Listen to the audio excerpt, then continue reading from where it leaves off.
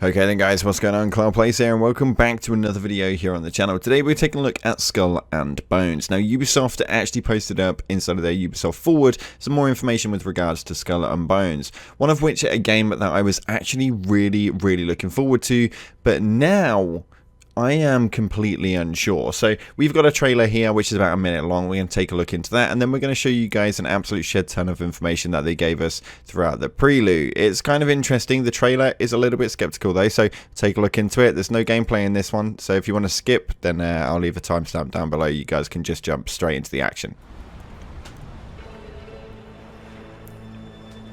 The end of the 17th century, when ruthless corporations ruled the seas with an iron fist. They ignited a battle for global supremacy to dominate the world's most valuable trade routes. Good at the cinematics though. The cinematics are definitely interesting. Goods from the Indian Ocean stormed the West, creating new addictions and a violent race for control. And where there's blood, there are predators. Labelled as enemies of all mankind, this new breed of pirates will show no mercy.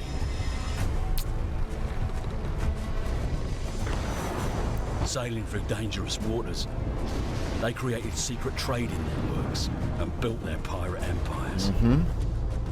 But they were always on the edge of losing it all and sinking to the depths as Skull and Bones. Okay.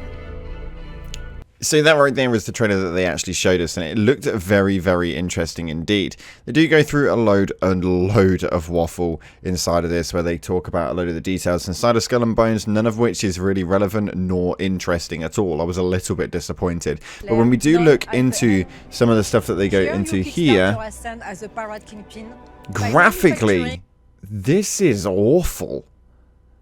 Awful beyond belief. It is so awful that it is ridiculous. It just looks so undegraded. They've not put barely any work into that from what I can see. If you look at this here, the graphics on the actual character is even walking funny. It is horrendous. No longer taking orders from other pirates. You'll now be the one calling the shots. But with all the riches now for you taking, you'll also have more to lose. So beware. The vultures are circling, biding their time to strike you down. Will you fend off pirate rogues, eyeing your cargo as you extract your contraband, or undone rivals who want a piece now of this your looks pie? really good. This Maybe part of the gameplay looks really and interesting. flood the black markets, or even go on treasure hunts to dig up valuable hidden stashes. We've been gathering your feedbacks.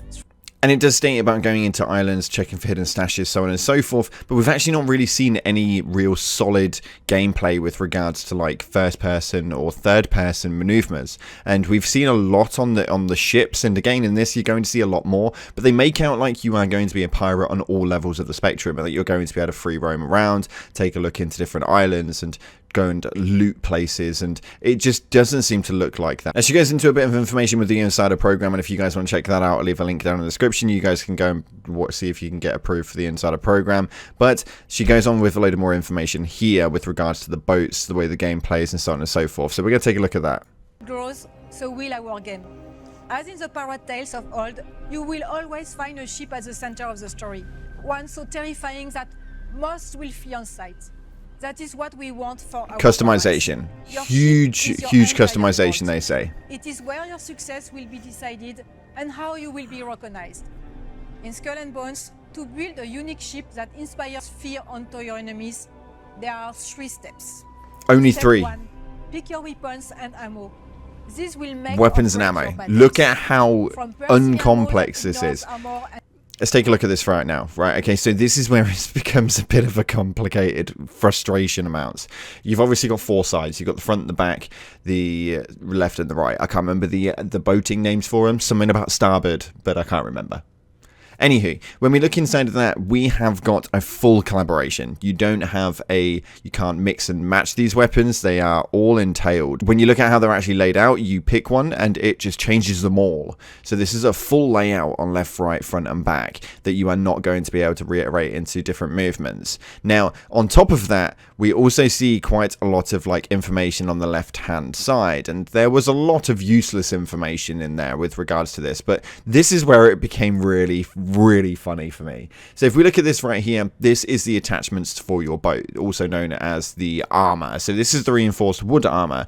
Now if we look at the description for the attachment and the effectiveness it has for it, it states that it increases hostility of non-player enemies by 50%.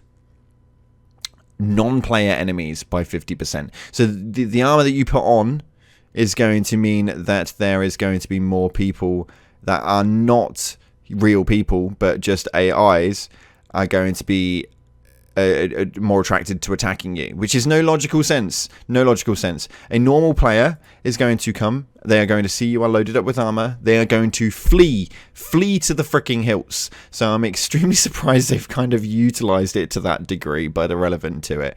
This does look very cool. Lastly, it's the look of your ship. It does look cool, but we don't see the customization for this. You can just see the overall. This quick adjustment will transform you from sneaky smuggler to hard-hitting hunters or swift traders. Now, again, I don't know how I feel about it. The customization seems really weak in my personal opinion. To watch your back. In our PvP world, you can choose to switch off PvP to prevent any friendly fire as... Okay, so you've now got an option to switch off PvP to prevent any friendly fire inside of it. You can just switch it off. They don't state whether you can switch it off, switch it back on, because if you can, my lord, this is going to be broken. Just switch it off whenever you get into trouble. Ridiculous. We don't know if we can do that or if you can just switch off PvP so that friendly fire is obviously avoided, but if you can just switch off the PvP mode and it stays off, then that is, again, another issue altogether. But relevant to it, she does go on to state that there is a crossplay functionality from the offset, and that is going to be there from the day of launch, which is quite good and not something that all games are doing at the moment, although it's not too graphically challenging. So it doesn't really surprise me that this is something that they worked quite heavily on. The cross compatibility is quite good. And then this is how they actually finish the overall showcase, which is again quite annoying because it's all cinematic. And you can see here that we've got obviously all the customization options, and it looks really deep and detailed, and this was something I was excited for. The deep detailed customization was something I really wanted to do. I just don't see it working. Gird your loins and seize that fucking convoy. Very fair play. Again, Rolling. no first person, no third person movement. We don't actually know how that's going to work yet. But this does look fun, and I'm annoyed that it looks fun.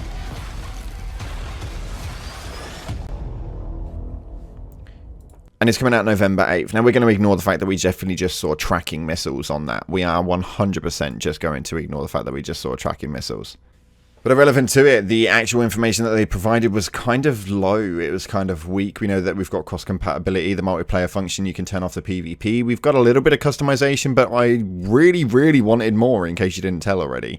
And they've also got a few added features for being able to go onto islands and actually loot them. So we'll see how that one all pans out. For me, I'm a little bit less excited after this, I can't lie. Ubisoft is kind of really downplayed this game on a personal scale for me. This is all about customization and making your ship look crazy. I just don't see it. Anywho, that's all you've got from me. If you guys want to leave your comments down in the comment section, let me know your opinions. I'd be greatly appreciated, and I will definitely respond to as many as I can. Thanks again for watching. Appreciate your faces, and as always, I'll see you in the clouds.